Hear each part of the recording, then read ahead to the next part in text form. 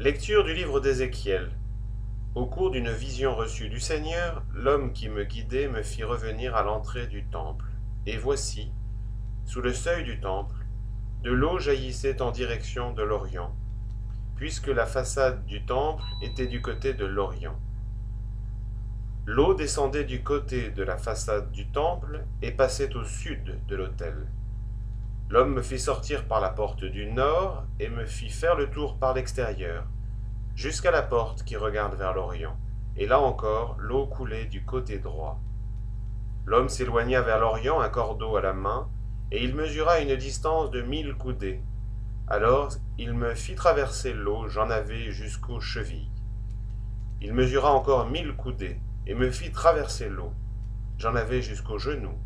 Il mesura encore 1000 coudées, me fit traverser. J'en avais jusqu'aux reins. Il en mesura encore 1000. C'était un torrent que je ne pouvais traverser, car l'eau avait grossi. Il aurait fallu nager. C'était un fleuve infranchissable. Alors il me dit, « As-tu vu, fils d'homme ?» Il m'emmena, puis il me ramena au bord du torrent. Et au retour, voici qu'il y avait au bord du torrent, de chaque côté, des arbres en grand nombre. Il me dit, « Cette eau coule vers la région de l'Orient, elle descend dans la vallée du Jourdain et se déverse dans la mer morte, dont elle assainit les eaux. En tout lieu où parviendra le torrent, tous les enfants, tous les animaux pourront vivre et foisonner. Le poisson sera très abondant, car cette eau assainit tout ce qu'elle pénètre, et la vie apparaît en tout lieu où arrive le torrent. Au bord du torrent, sur les deux rives, toutes sortes d'arbres fruitiers pousseront. Leur feuillage ne se flétrit pas, et leurs fruits ne manqueront pas. Chaque mois, ils porteront des fruits nouveaux, car cette eau vient du sanctuaire. Les fruits seront une nourriture, et les feuilles un remède.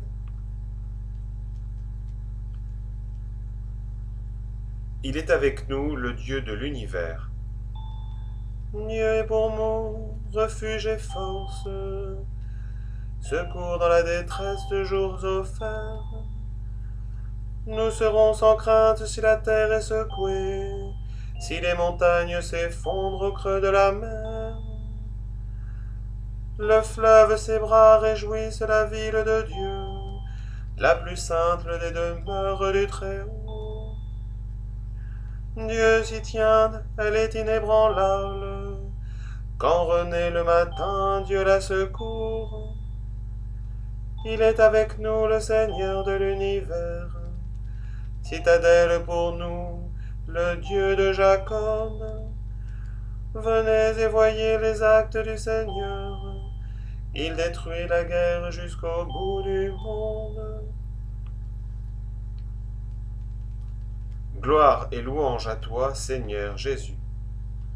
Donne-nous un cœur pur, ô notre Dieu, rends-nous la joie d'être sauvés.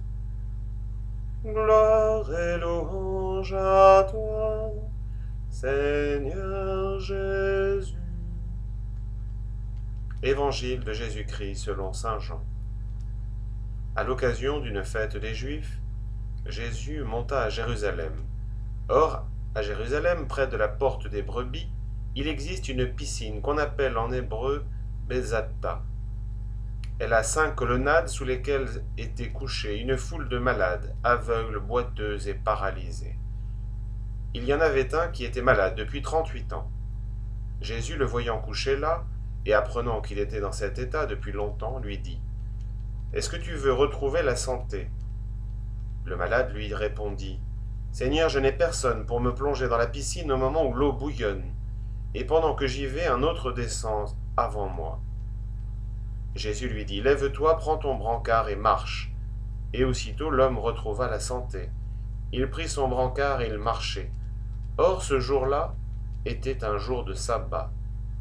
Les Juifs dirent à cet homme que Jésus avait guéri, « C'est le sabbat, tu n'as pas le droit de porter ton brancard. » Il leur répliqua, « Celui qui m'a rendu la santé, c'est lui qui m'a dit, prends ton brancard et marche. » Ils l'interrogèrent, « Quel est l'homme qui t'a dit, prends-le et marche ?» Mais celui qui avait été guéri ne le savait pas. En effet, Jésus s'était éloigné, car il y avait foule à cet endroit. Plus tard, Jésus le retrouva dans le temple et lui dit, « Te voilà en bonne santé, ne pêche plus, il pourrait t'arriver pire encore. » L'homme partit annoncer aux Juifs que c'était Jésus qui lui avait rendu la santé. Et les Juifs se mirent à poursuivre Jésus, parce qu'il avait fait cela le jour du sabbat.